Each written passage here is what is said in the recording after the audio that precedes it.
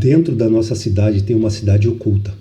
Muitas vezes você nem sabe como se iniciou, e nesse vídeo eu fiz uma curadoria, peguei algumas fontes, condensei todo o material e vou te entregar de forma clara, direta, objetiva, sem enrolação e didática, para você entender como se iniciou as favelas, como se iniciou o subúrbio, talvez não o subúrbio, mas entender um pouco da história das favelas em uma cidade oculta que existe dentro de São Paulo.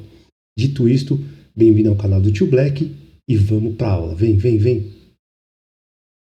Bem-vindos a mais uma reflexão com o Tio Black, onde todos os temas são frutos de uma curadoria que irão bugar sua mente. Hoje a gente vai mergulhar fundo numa São Paulo que poucos conhecem, aquela que não aparece nos cartões postais, sabe? Uma cidade que cresce de um jeito que desafia a lógica e escancara as contradições gigantescas do nosso Brasil. Para começar, olha só essa imagem. É o mapa da capital paulista. E cada um desses pontinhos laranjas aí, pois é uma favela. E não são poucos, né? Dá para ver que eles tomam uma parte gigantesca da cidade. É uma imagem que impacta e que já começa a contar a nossa história de hoje. E quantos pontos são exatamente? Então, segundo os dados da própria prefeitura, a gente está falando de 1.750 favelas. Repetindo, 1.750. É um número que choca, né? Mostra que isso não é um caso isolado, mas sim uma parte fundamental da estrutura da maior cidade da América Latina. E aí vem a pergunta que não quer calar, mas como a gente chegou nesse ponto? Isso não aconteceu do dia para a noite e com certeza não foi algo que sempre existiu. Para entender essa pergunta, a gente precisa fazer uma viagem no tempo. Uma viagem de décadas, cheia de escolhas, de omissões e de uma crise social que, explodiu. E é isso. Para entender o agora, a gente tem que voltar lá atrás. A sementinha dessa São Paulo, tão dividida, foi plantada muito antes do que a maioria imagina. Vamos ver como esse novelo começou a se desenrolar. O ponto de partida é lá no pós-Segunda Guerra, sabe? Décadas de 40, 50, a indústria estava todo vapor e atraía uma multidão de gente, principalmente do Nordeste, todo mundo buscando uma vida melhor. O problema? A cidade não estava nem um pouco preparada para isso. O mercado imobiliário formal já era caro e simplesmente fechou as portas para quem chegava com pouca grana, empurrando milhares de famílias para as beiradas para ocupar as terras que, digamos, ninguém queria. E que terras eram essas? Eram as chamadas terras devolutas. O que é isso? Basicamente, eram terras públicas que nunca foram de ninguém e que não tinham uso certo. Eram áreas esquecidas, largadas, sem rua, sem água, sem luz, sem nada. Foi nesse vácuo do Estado que as primeiras favelas fincaram suas raízes. E essa frase aqui de um líder comunitário da época chamado Manuel Francisco Espíndola é perfeita. Ele disse: as favelas são um efeito e as causas estão fora delas. Ou seja, elas não são a origem do problema, mas sim a consequência, o resultado de uma miséria e de uma exclusão social muito maiores. É um ponto-chave para a gente entender tudo. Agora, vamos dar um salto no tempo, para um momento que foi um verdadeiro divisor de águas. Se nas décadas anteriores as sementes foram plantadas, os anos 90 foram a grande explosão. Foi quando a situação saiu totalmente de controle. Se liga nesse número, porque é impressionante. Entre 1991 e 2000, surgia uma favela nova em São Paulo a cada 8 dias. 8 dias! É um ritmo alucinante, né? E o motor disso tudo foi a crise econômica, o desemprego nas alturas, que simplesmente tornaram impossível para milhares de famílias conseguir pagar um aluguel.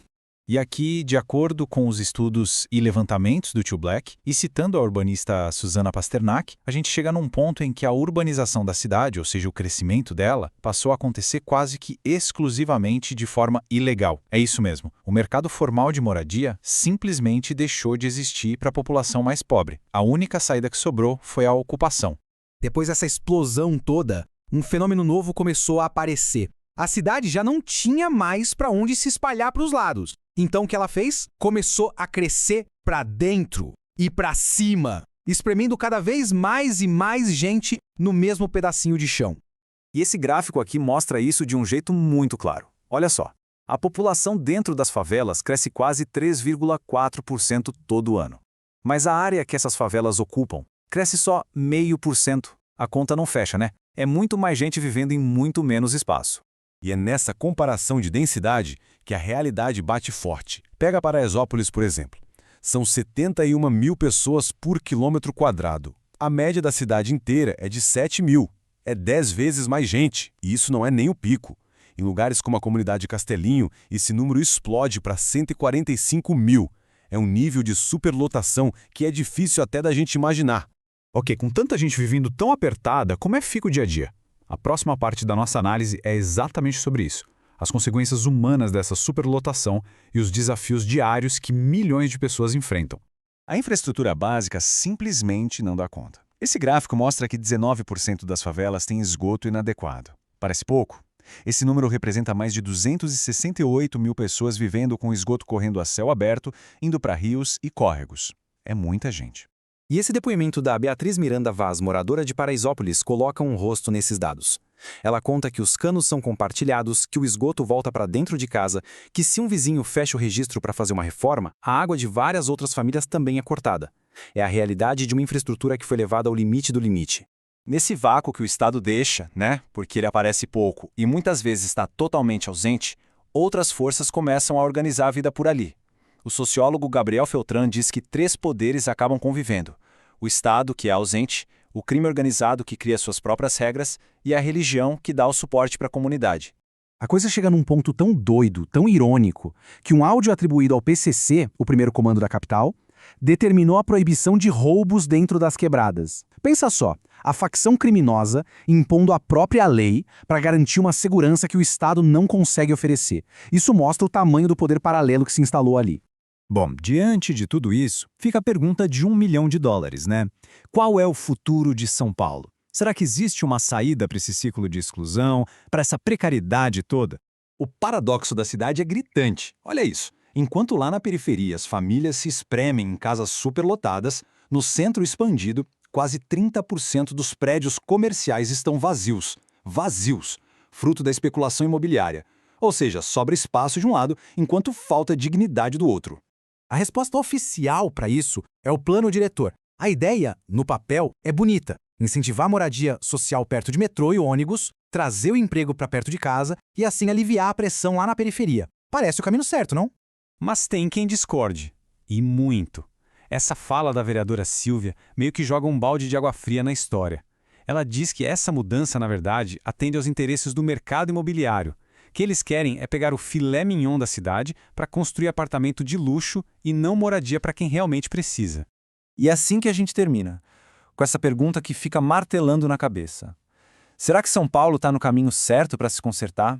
Para juntar essas duas cidades que existem dentro dela? Ou será que essas políticas, no fim das contas, correm o risco de dividir ainda mais a cidade formal da cidade real? Tio Black agradece por ter assistido mais este conteúdo feito com muito carinho para você. E se foi relevante, deixe seu like, se inscreva no canal e até a próxima reflexão.